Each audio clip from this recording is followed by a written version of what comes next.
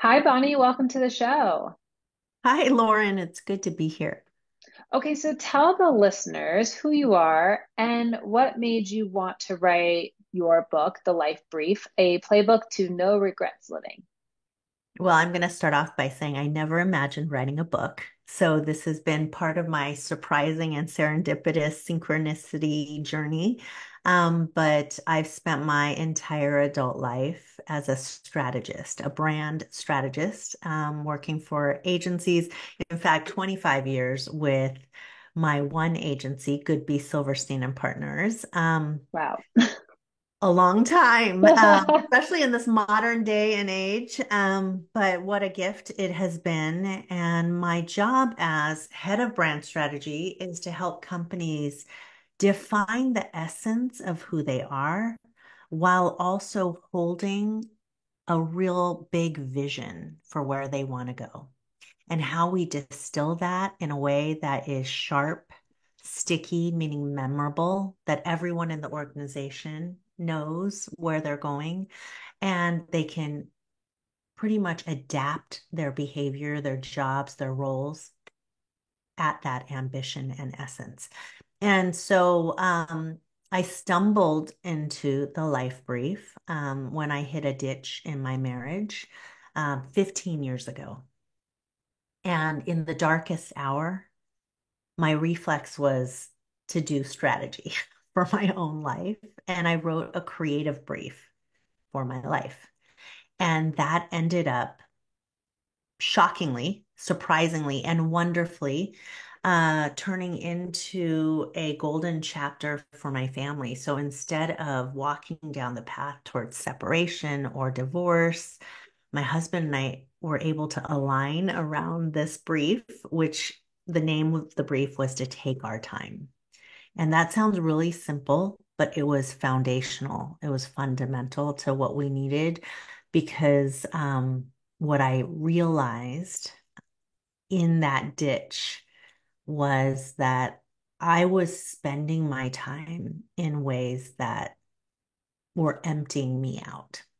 And so the time I wanted to invest in my marriage, my relationships, my family, being a parent, I was exhausted at the end of the workday. I'd given it all to the company, my clients, and I had nothing left to give. And then I wasn't sleeping at night because I had three kids under the age of 5. I'm sure some of the women out there, you might not have three, but now I have four. So that's a little glimpse into the future. But it was a really tough chapter where my husband and I just weren't, we didn't have the spaciousness to connect and become partners.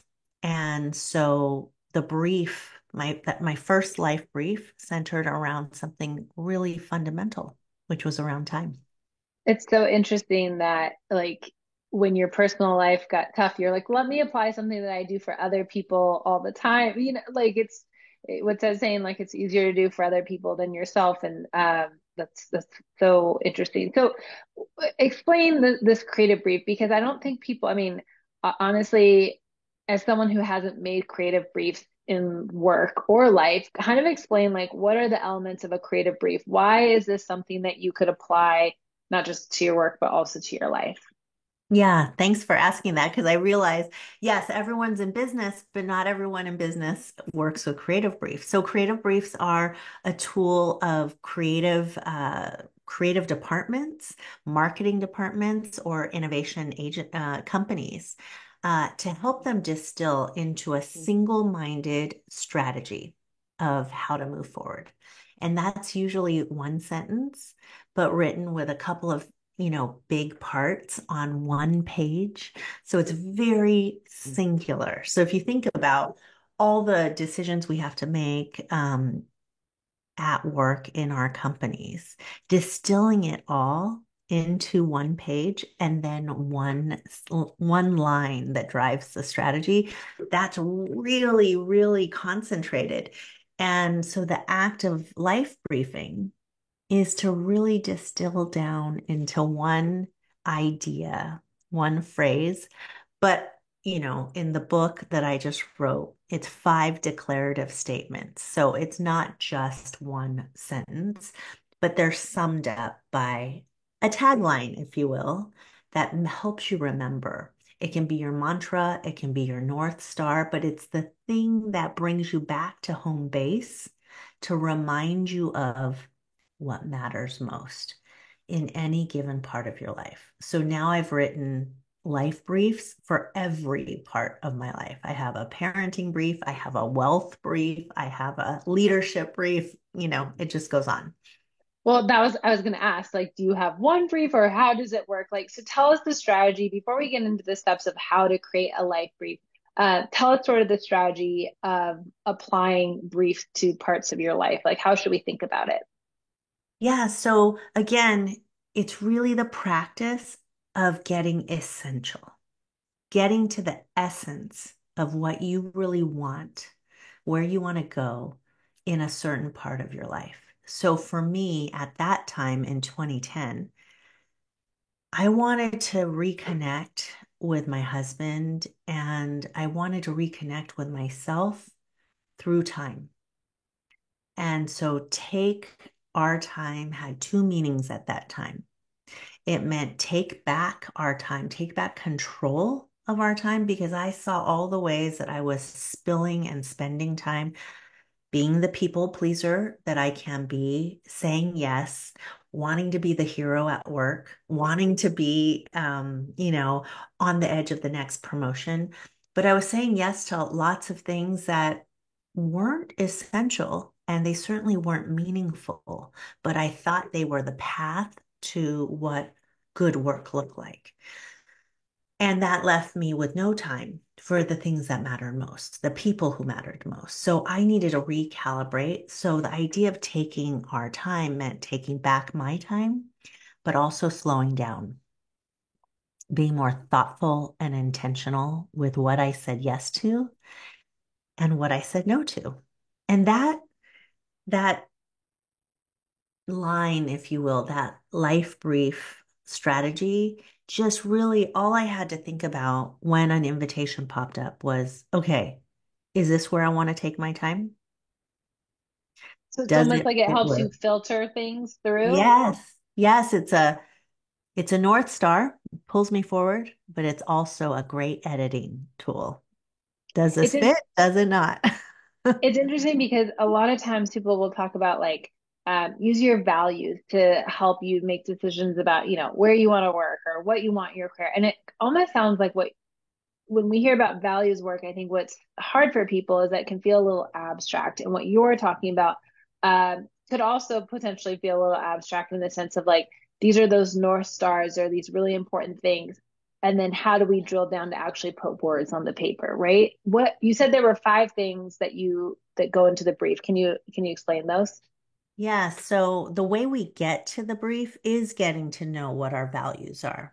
It's also getting to know what's non-negotiable, what's sacred, what's also our enemy, the thing that we are definitely against, or more likely the hurdle that's holding us back. So in the book, part one, I know you said not to get to the how yet, but I think it's important to address part one is as a strategist, we don't just come up with it in thin air. We do a lot of research. We talk with the clients, we talk with the audience or the consumers, we talk with the people inside the company, and we're collecting what we call data. It can be hard data, as we are all familiar with, right? Right. But it can be emotional data. So the qualitative stuff, the intangibles, and your values are often that. But it's hard to just say, "Hey, Lauren, what's your values? Top five values right now, go." We're not breathing and living, and those aren't tattooed top of mind. So part one helps us dig and call up from deep within us some of these things and using creative prompts to help you do that. And once you collect your ingredients, then it's easier to see when you lay them out, what do they all add up to? And the thing about strategy is it's meant to be action driving. So take our time. Hmm. Take is a really empowering verb, right? I'm going to take my time. The five declarative statements bring more richness and nuance to it. It's more descriptive. What do I want to use the time for? What is a yes? What is a no? And the yes is I want more time for my kids, with my husband, and dare I say, for myself. I want more time to invest in the community around me, not just be the workaholic, grinding away 24/7. Um, and I want time to give back in some way, invest in something that serves beyond me and mine.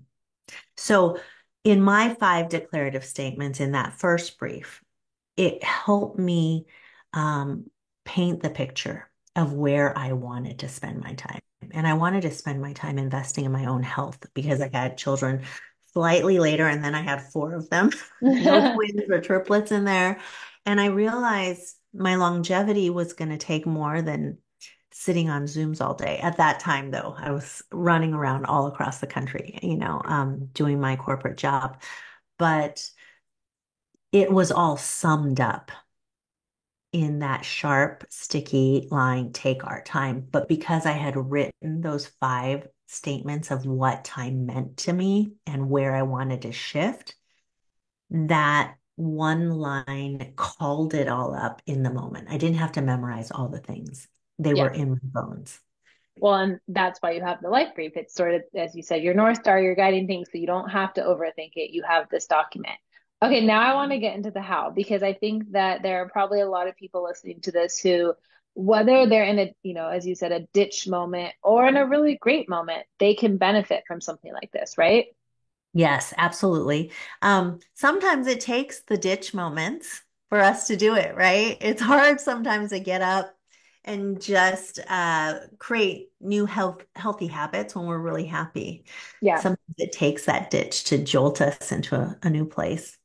Totally. So you have like a three-step process. So let's start with the first step, which is get messy, which maybe we've briefly talked about. You said there's a lot of like pre-work, but explain what that means when it comes to people creating their own life brief.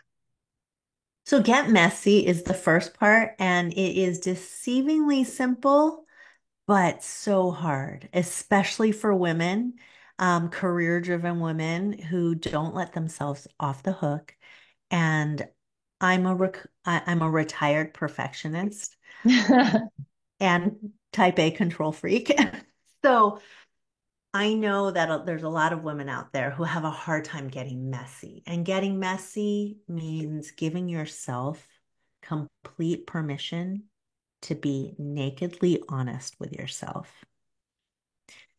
especially when it doesn't fit the stories you've been given or told, or the definitions you've been given about what it means to be a good daughter, a good wife, a good partner, a good friend, just a good girl in general. Right. And so getting messy has kind of a few different parts, right? It's that permission to just be honest, no matter whether it fits that picture of good or not. And then allowing yourselves to kind of butt your head up against and challenge some of those stories that we've been given. As a Chinese American woman, I have a lot of them, and I can see them. The more I do this practice, I see some of them are family stories, some of them are Asian cultural stories, some of them are gendered stories, and some of them are just societal traits. I hit burnout this last spring, launching my book and leading the agency as a head of, as one of the partners. And I took myself to that place because I just didn't have a chip for slowing down, for calibrating, because there was a really strong story that when given an opportunity, when given invitations, I must say yes and show up. Yep. I cannot let up because otherwise, if I slow down, take a pause, take a break, it will be gone forever. It will never come around again. So I had to really face those stories. I also realized there was a story of I'm alone in it. I'm an island. I must do it all myself. I cannot ask for help. Oh, no, no, no. Don't ask for help. I should be at this stage of my career, independent, where's that story? And is that true? So even after 15 years of doing this, I'm still butting against messy, messy stories that I have to look at, re-examine, and rewrite. So getting messy is confronting some of those things. It's scary for a lot of women. I start every workshop, retreat, and even the book with the question, what do you want? And not what are you in the mood for? What do you feel like? But Lauren, in your heart of hearts, what do you really want that you haven't even allowed yourself to admit yet? And for a lot of people, that's scary Yeah, because what if I want something that goes up against the things the I've other been things. or told, you know? Yeah, totally. So in the messy work, are you maybe in the book you have prompts, but are people sort of going like for 2 weeks, like, okay, what's the thing you're butting your head against? Or how does the messy part translate to like the action item to figure out like Yeah. what are the So messy things? how do you get clear from Yeah. messy? Is that what Mm-hmm. you're asking? Yeah. Yep. So part two is getting clear.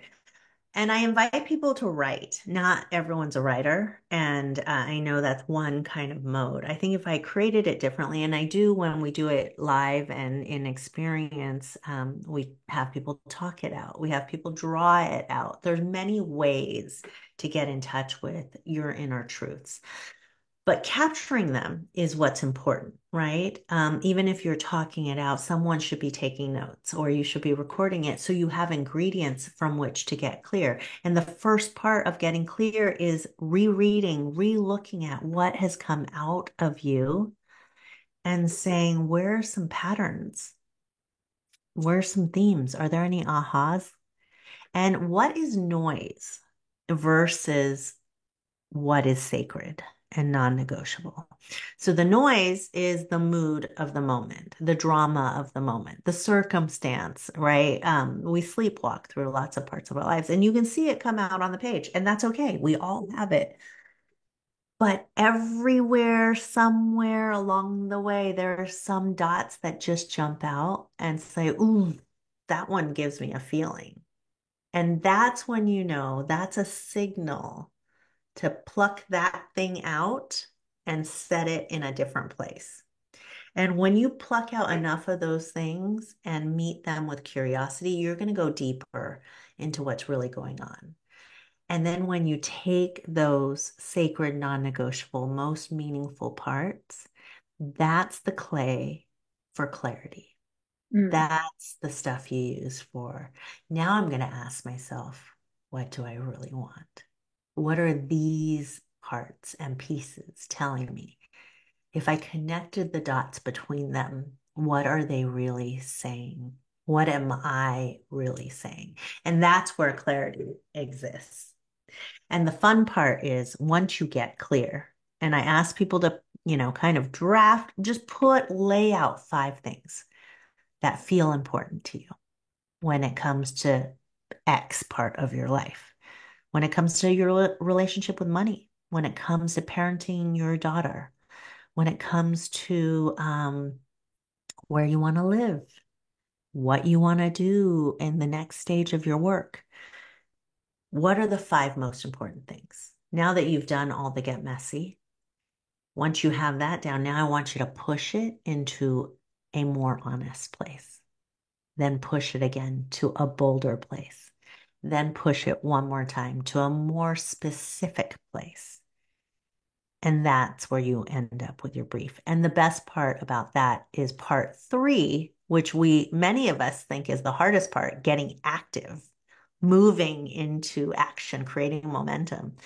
That becomes far more organic, natural, and easier once you have clarity. So the power of clarity is it's this force and fuel for getting stuff done. Hmm. I'm thinking about someone making a life brief. I like that you explain that you've made it for different parts of your life, like your relationship with money, with parenting, maybe your relationship with your partner. You could also make one specifically for just you and your career. When people are doing something like this with their career, I guess, can you give us some examples of something that might come out or like use one example and take it to action? Because I get what you're saying. It's like it's easier to take whatever the action is at work that you now need to do because you have so much clarity around why you're doing it versus trying to start with the action, right? Yeah, so one example is uh, a client of mine, a man who was chasing a lot of big titles in his career. And he'd gone through a series of jobs where he was let go. They all started out with the same awesome honeymoon spark.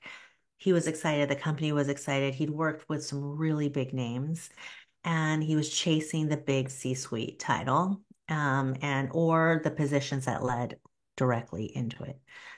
But so much of who he was and what he loved about who he was that he was a creative soul. But the jobs that he was chasing loved the creativity, but demanded a whole lot of analytical thinking and detail oriented and politicking, frankly. Mhm. Right. But he'd grown up in a family, three sons, and success looked like the path that he was chasing. But his last four or five jobs ended up either in a layoff or him quitting because the conditions just got too high stakes and high pressure. And when he did the work, he realized he's a creative guy in his soul. And maybe he wasn't chasing the right jobs, or he wasn't investigating the jobs that in themselves, the experience of the jobs. It was the title and the company name or the industry, and they all felt sexy. They all felt creative, but he wasn't digging deep enough to get to what would the role really entail. And so he tried a different tactic coming out of the brief, and he landed a really interesting creative director role. But 6 months into that role, which he was thriving in and enjoying, a CMO role came up for the same company. And his first instinct was to go until he realized his brief was telling him, wait a second. And when he reread the brief, he realized his role that he currently had already embodied everything that he had put down in the brief. Yet his habit was to go for that bigger C-suite title. And he held back, which was a really interesting play, a different move from what he Yeah. had made before. Well, and I think what you're also pointing out is like without that insight, he would have gone for the CMO role and repeated probably a similar cycle as before. And I think it's interesting if anybody's listening to this and you're like, you look back maybe in your messy work and you realize you have a pattern for something. Or, I always joke like you take yourself wherever you go. So sometimes people who are just like, it's the job and they're always switching jobs. And then maybe in the messy work, they realize like they played a part in that by either maybe picking the wrong role or maybe something about when they're in the role, etc. So these are also just a lot of self-awareness and reflection going on here, which is incredibly helpful. And I think to your point, it's probably the reason why most people kind of wake up 10 years later into a career and they're like, I'm not where I want to be. This isn't what I want to, all those like kind of to your point, those regrets that people have. And this helps you have less of those moments. I want to talk about some like micro tips that the listeners could try today. So for anybody who's maybe wondering, like, should I make a life brief? Should I do this? Like, I'm on the fence, time is limited. This sounds like hard, messy work to do. What are some micro tips people could do today to have, like, to just lean more into that no regrets living? Well, I think you summed up it is a practice of self-reflection, right? Taking pause, and I invite really tiny pauses. So I like to tell people this isn't about taking a lot of time. It is taking deeply engaged time. So even if it's for 5 minutes, if you slow down and took 5 minutes out, or maybe 10 minutes if you wanted to really challenge yourself, that might be enough if you did it for 5 days in a row. Now, if you can't give up 5 minutes for 5 days, we probably need to talk because that's a Yeah. really insanely busy life. I have 4 kids and there's a lot. So it's not about quantity of time, but it is about being present with yourself and allowing yourself to listen to yourself. Now, practically, every piece of advice I give usually has to do with breaking things down rather than building things up.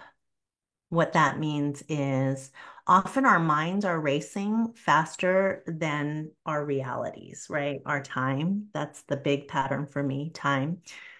How do you break things down into small, bite-sized pieces? So if someone's in transition or someone knows they want to shift out of a circumstances where they feel stuck, try to do one thing differently and make it so tiny that it's inexcusable. Like you just, what? I can't do that.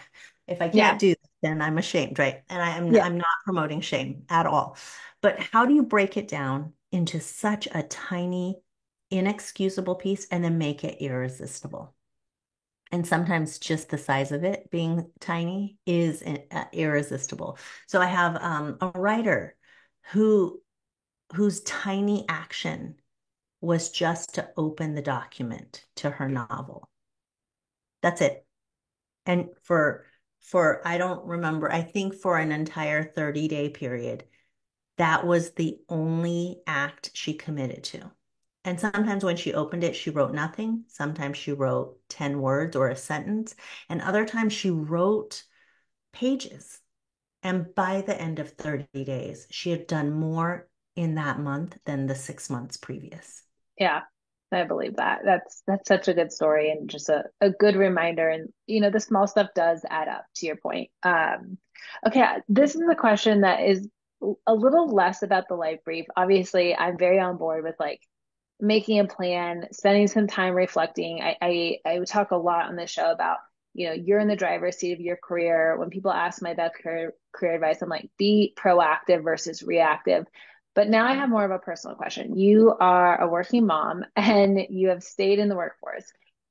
Like, not only just how did you do it, but also there are so many women out there who, they feel like it's impossible. Like, how do I raise kids, do all these things, and keep a job? But the job is important to me. Like, what's your best advice to someone who's done this and let alone has done it with 4 kids?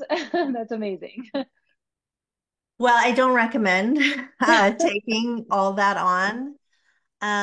But my most recent lesson that I've learned for myself is defining what is enough. That's been my driving question for the last probably 2 or 3 years. And I use it in all ways. So my husband and I had to talk about what is enough when it comes to money, Mhm. financial abundance. Because I had a lot of pressure, I felt like I was just had this infinite growth, infinite striving that I was just on this treadmill Right. that wasn't going to slow down. And once we got really tangible about what enough looked like, No, this like the pressure's off. huge weight fell off because what we realized coming up with that definition was not only did we have enough, we had more than enough. So that gave me just a huge sigh of relief. And now I wake up and I've been asking myself, what does a good enough day look like? And that really keeps me hyper prioritized Yeah. on what I absolutely need to do from a work standpoint and what I absolutely need to do with each of my kids. And often it's one thing. It's one essential thing to make sure that I do for them. And it's not all the busy work, right? It's not all Right. the noise. It's, I need to check in with Ruby about this Yeah. because I know this is hurting her? So it might be that. And what is enough when it comes for myself? Oh, if Hmm. I can just get 10 minutes of a yoga pose, or a couple yoga stretches, that's enough. So I really keep it in a radical prioritized place. I love that. That's such good advice. I talk a lot about the good enough job, but I like taking it even taking it down to like a more manageable level, like what's a good enough day? What's the one thing that would make this good enough? My mom and I were having this conversation today because I was like, the key to success in life is that not everything and not every day needs to be A plus. Like a good solid B, sometimes a C plus, or sorry, a B or a C plus would like suffice perfectly fine. So, Yes, um, I mean I've just thrown out the grading system. That just gets me into a whole nother loop. So I think if when I start the day with a clear definition, then once that's done, right. it's always an A plus day. Yeah, totally. I totally get that. Bonnie, this has been such a good conversation. I hope it has inspired a lot of people to go out and think about their life brief. They can also obviously get the step-by-step instructions on how to do it in your book. Tell people where they can follow up with you, follow your work. I know you offer retreats, so tell us all the things. Yeah, so the website is really easy to remember, thelifebrief.com. And then my name, Bonnie Wana Official, on LinkedIn and Instagram. Amazing. Well, we'll link to all of that in the show notes. Thank you so much again. Oh my gosh, thanks, Lauren. Thanks for having me.